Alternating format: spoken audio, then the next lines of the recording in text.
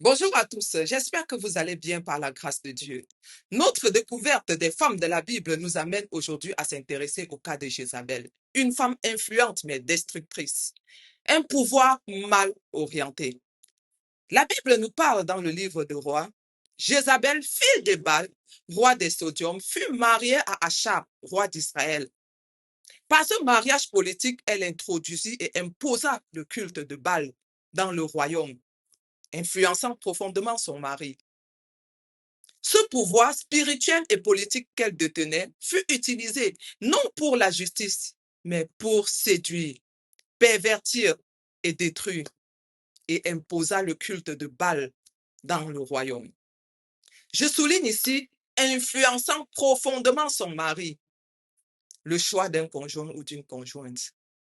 Le choix d'une conjointe ou d'un conjoint n'est pas simplement une affaire de sentiments ou de compatibilité humaine.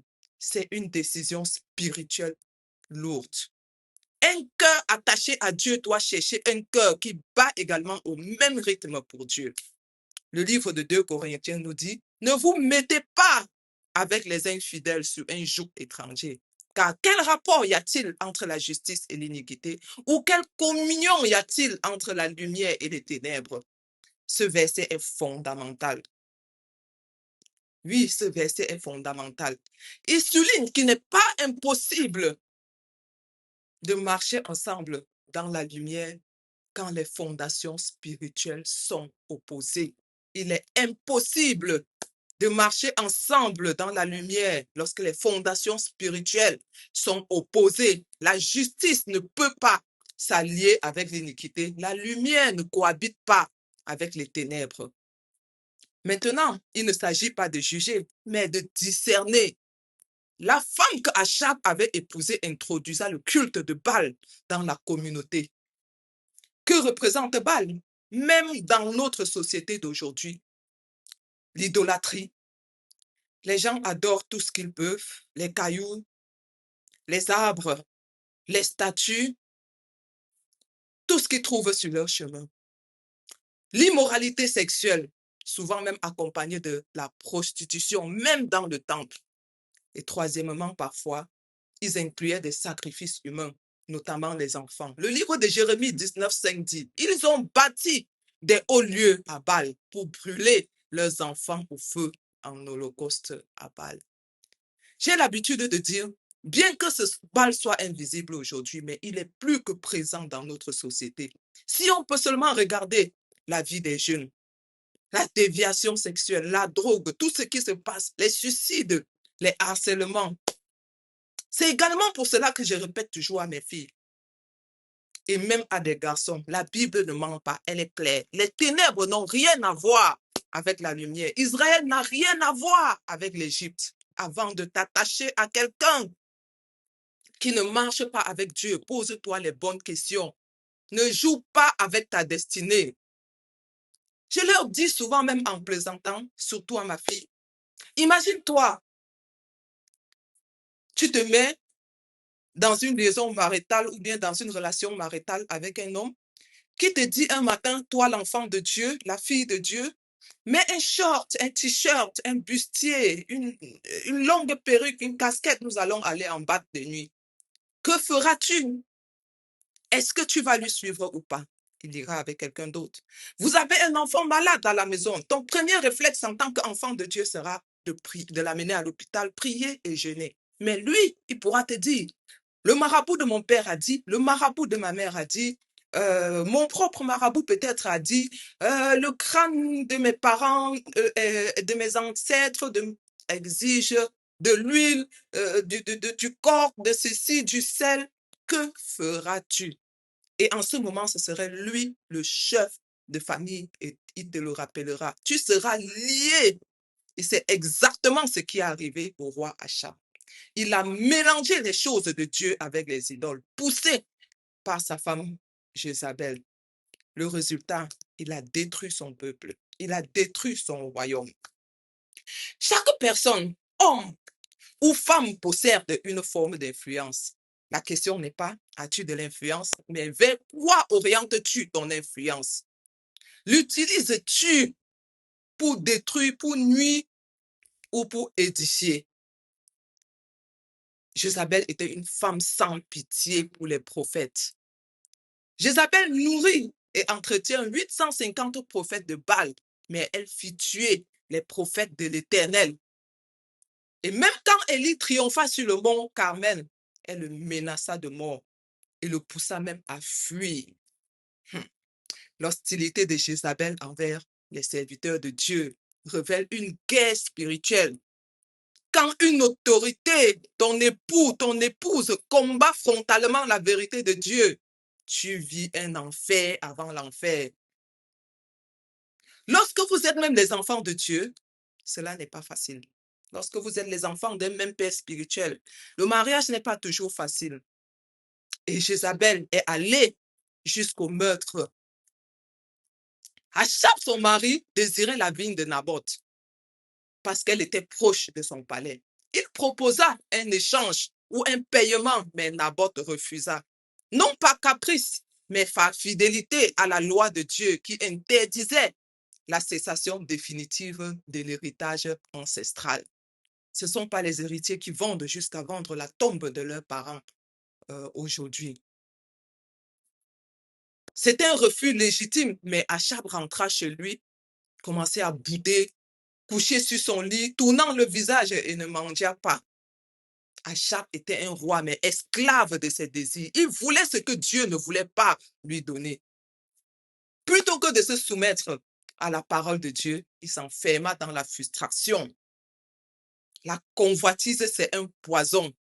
Si tu es de ceux-là qui, dès qu'ils voient quelque chose chez les autres, une voiture, un vêtement, une maison, commencent à désirer ardemment la voir. Fais attention, ton cœur est malade de convoitise. Tu es cette femme-là que lorsque tu vois un vêtement, un habit, une chaussure ou autre, chez ta collègue, chez tes soeurs, chez les cousines, tu lui demandes toujours, tu l'as acheté où? Ça coûte combien? Moi aussi, je veux prendre le même. Tu veux toutes les voitures, comme si tu pouvais même en conduire 2 à la fois. Tu veux tous les terrains, non pour un projet professionnel ou un investissement, mais juste pour posséder, juste pour pouvoir dire, c'est à moi. J'ai 20 titres fonciers, j'ai 50 titres fonciers. Un cœur comme ça, tu vas jusqu'à convoiter même les biens de ta propre famille. Tes frères sont encore en vie, mais tu as déjà les yeux sur leur héritage. Et si par malheur l'un d'eux meurt, tu es la première personne à réclamer, à vouloir récupérer ce qui ne t'appartient pas. Ce n'est plus un simple désir, c'est de la convoitise, c'est de l'idolâtrie. Et la Bible est claire, tu ne convoiteras pas ce qui ne t'appartient pas. Dieu condamne cette attitude car elle révèle un cœur insatisfait, un cœur qui ne lui fait pas confiance. Et si tu as un proche ou même un enfant qui pense et agit de cette manière, si tu observes seulement une attitude pareille chez l'enfant, dis-lui la vérité. Dis-lui la vérité. Ce type de comportement chez Achab a poussé sa femme Jézabel, qui n'était même pas déjà droite dans son cœur, à commettre un meurtre. La convoitise ouvre la porte à des tragédies. Ne te tais pas. Avertis pendant qu'il est encore temps autour de toi. Lorsque tu vois que quelqu'un a les longs yeux et qui convoite. Jézabel, voyant son mari abattu, aurait pu conseiller, lui rappeler la sagesse et reconcentrer tout sur la vérité et la raison. Elle aurait pu lui dire, mon mari, ce n'est qu'une vigne. Dieu t'a donné plus. Tu es roi. N'en vis pas ce qui ne t'appartient pas. Mais au contraire, elle va lui dire, est-ce bien toi maintenant qui exerces la royauté sur Israël? Lève-toi. Lève-toi et mange et que ton cœur se réjouisse. Moi, Jézabel, je te donnerai la vigne de Naboth. Je te donnerai quelque chose qui n'appartient pas à ton mari. Tu lui donneras comment elle usurpa l'autorité royale, rédige les fausses lettres ordonne l'exécution de Naboth en indiquant le nom de Dieu. Elle maquille ainsi l'injustice. En procédure légale, elle organise tout pour satisfaire un caprice royal de son mari, le roi. Ce n'est pas de la soumission. Quand nous choisissons d'encourager le péché au lieu de confronter, nous devenons complices. Jézabel ne tue pas de sa main, mais elle encaissera tout le crime. Ce n'est pas de la soumission à son mari. Ce n'est pas de la soumission, c'est de la corruption. Le cœur de Jézabel, une femme sans crainte de Dieu, c'est-à-dire qu'elle ne s'interroge même pas sur la moralité de son acte. Elle n'a aucune considération pour l'innocence de Naboth, le pauvre, son propre terrain à lui, ni de la justice de Dieu. Elle se penche au-dessus des lois humaines et divines. Elle fait taire la voix de la justice simplement pour satisfaire une envie. Le livre de Proverbes 31 nous parle encore de la femme vertueuse. Elle dit, elle ouvre la bouche avec sagesse et des instructions aimables sortent de sa langue. Jézabel, elle a ouvert la bouche pour manipuler, pour mentir et inciter au mal. L'enjeu spirituel est grave. La convoitise donc maîtrisée mène à la mort. Le livre de Jacques 1,14 nous dit, chacun est tenté quand il est attiré et amorcé par sa propre convoitise. Puis la convoitise, lorsqu'elle a conçu, enfante le péché et le péché, étant consommé, produit la mort. Ce passage illustre parfaitement ce qui s'est produit. Il y a des moments où nous pouvons être la voix du Saint-Esprit pour quelqu'un, la voix de Dieu. Jézabel aurait pu être cette voix, mais elle a préféré être l'instrument du diable. Et cela a un prix, le prix du péché. Dieu n'est pas indifférent. Dieu envoie le prophète Élie pour confronter Achab. N'as-tu pas tué et pris possession de ce qui ne t'appartient pas? Et voici le jugement annoncé. Les chiens lécheront le sang d'Achab, dont son mari, et dévoreront le corps de Jézabel, dont elle-même.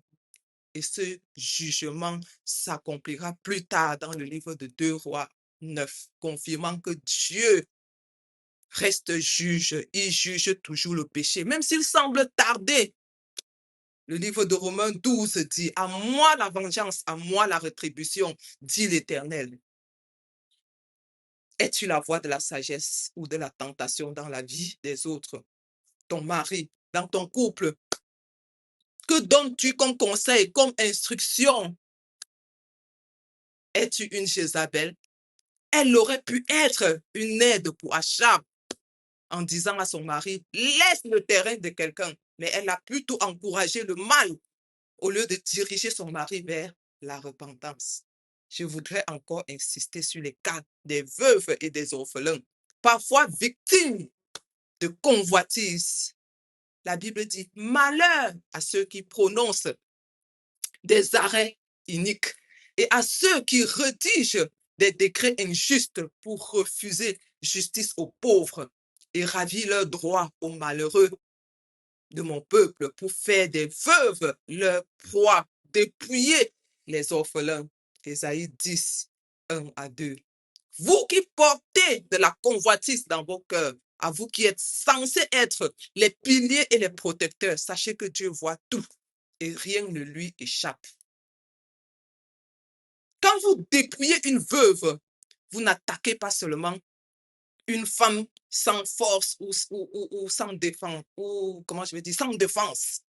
Vous touchez à la prunelle de l'œil de Dieu.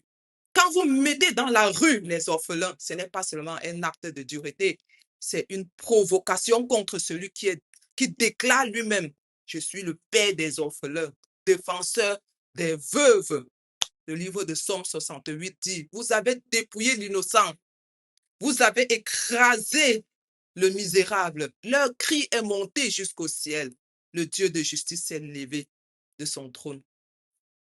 Vous pensez peut-être que personne ne vous tiendra responsable. que votre pouvoir ou vos titres vous couvrent, mais la justice divine n'a pas de prescription. Et elle vient plus vite qu'on ne le croit, souvent au moment où on se croit intouchable, où on ne s'attend même pas, parfois même au soir de notre vie.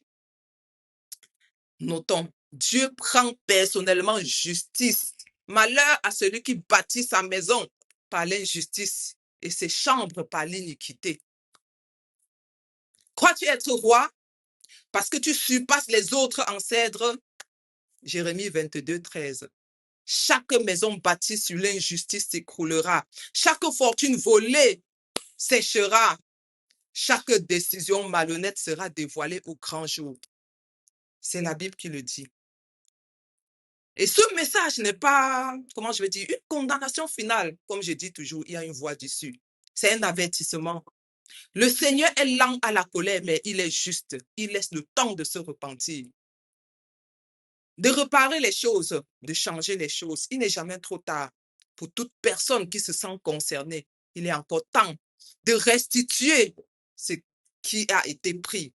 Oui, restituer ce qui a été pris. Il est encore temps de réconcilier, de penser les blessures des veuves et des orphelins, de demander même pardon, même si on ne peut plus parfois restituer, car il y a les conséquences du péché. Le jugement de Dieu annoncé sur la lignée d'Achab. Oui, le jugement de Dieu sur la lignée d'Achab.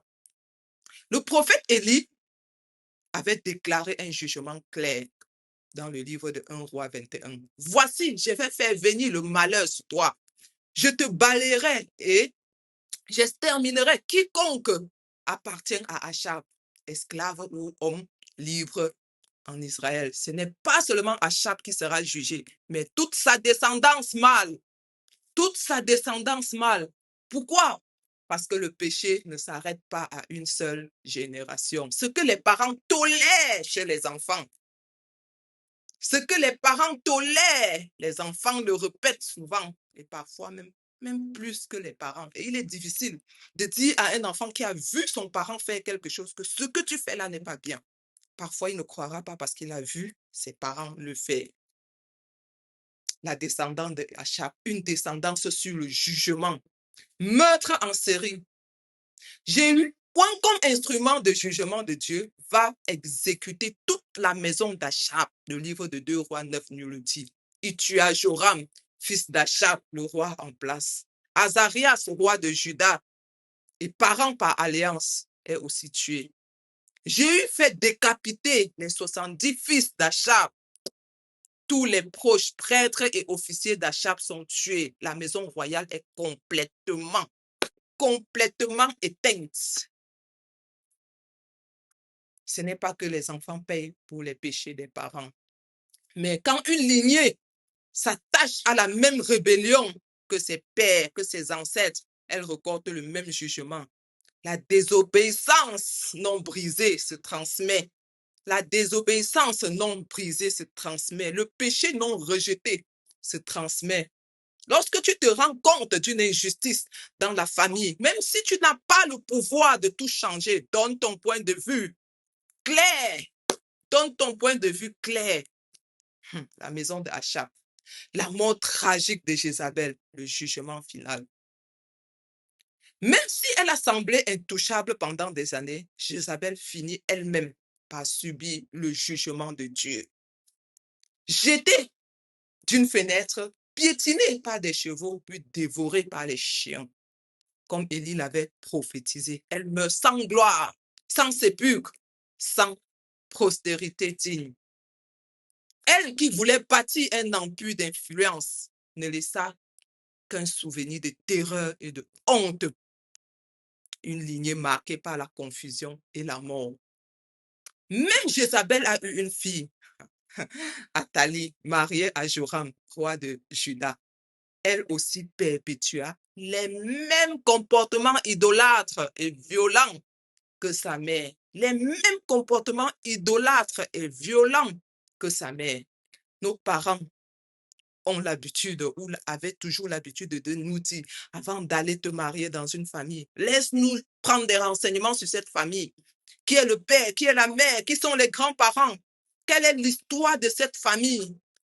La fille de Jézabel, Athalia, c'est Athalie, fait tuer tous les héritiers du royaume, tout, même ses propres petits-fils, pour conserver le pouvoir. Le livre de 2 Rois 11, vous pouvez le lire.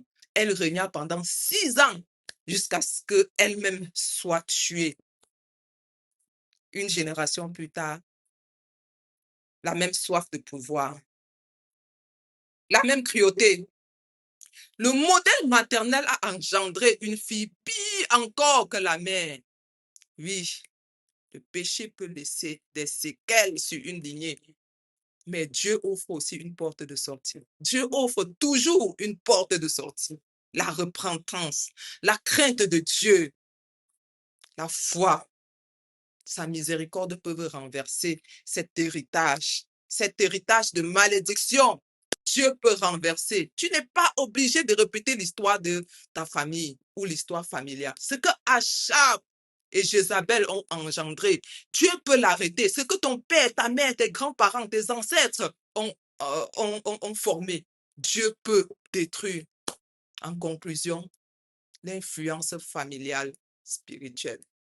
Jézabel a construit un héritage de mort, de convoitise, de manipulation et d'idolâtrie. Mais toi, quelle trace laisseras-tu? Un héritage de foi ou de rébellion? Une maison fondée sur Christ ou la vanité du pouvoir et des apparences? Mon époux et moi, dit dernièrement, on se disait encore entre nous, mieux vaut laisser quelque chose de propre, même peu, aux enfants.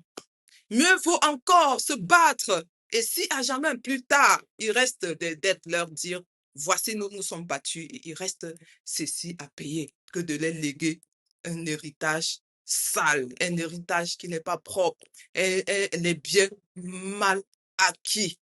Cette méditation m'a poussé à méditer, Laissons la manipulation, laissons la convoitise, laissons toutes ces mauvaises choses, que la vérité et la foi prennent place dans notre cœur.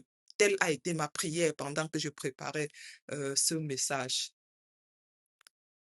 Si tel est ton cas, dis en toi-même, je rejette l'esprit de Jézabel et tout ce qui est porté ou porte à Jézabel dans ma vie.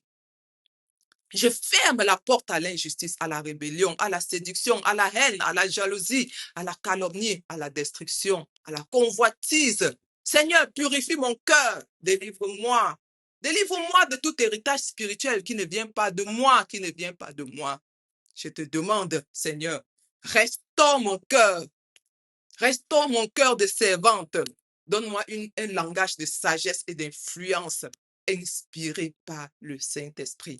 Inspiré par le Saint-Esprit. Fais de moi, fais de nous, les hommes, les femmes, selon ton cœur, qui bâtissent au lieu qui ne détruisent, qui libèrent au lieu d'enchaîner, au lieu d'enchaîner les autres. Que ton esprit me renouvelle et que ma maison te glorifie. Que ma maison, Seigneur, te glorifie. Fais de moi un instrument de paix, un exemple de fidélité, de pilier de justice. Je te donne tout ce que je suis pour que tu en fasses tout ce que tu veux. Merci pour ta grâce. Merci pour ta patience. Merci pour ta restauration dans nos vies, Seigneur. Au nom de Jésus, nous avons prié. Si tu as fait cette prière avec moi, sache que Dieu t'a pardonné. Sache que Dieu t'a pardonné. S'il y a possibilité d'arranger, arrange. Si tu peux restaurer, restaure et bâtis sur des cailloux. Ne bâtis pas sur le sable, parce que la Bible dit que cela va se détruire. Reçois, éternel Dieu de gloire, l'honneur et la gloire. Je prie que cet enseignement qui m'a aussi profondément touché transforme le cœur d'un homme, d'une femme par le Saint-Esprit au nom puissant de Jésus. Soyez bénis, soyez bénis.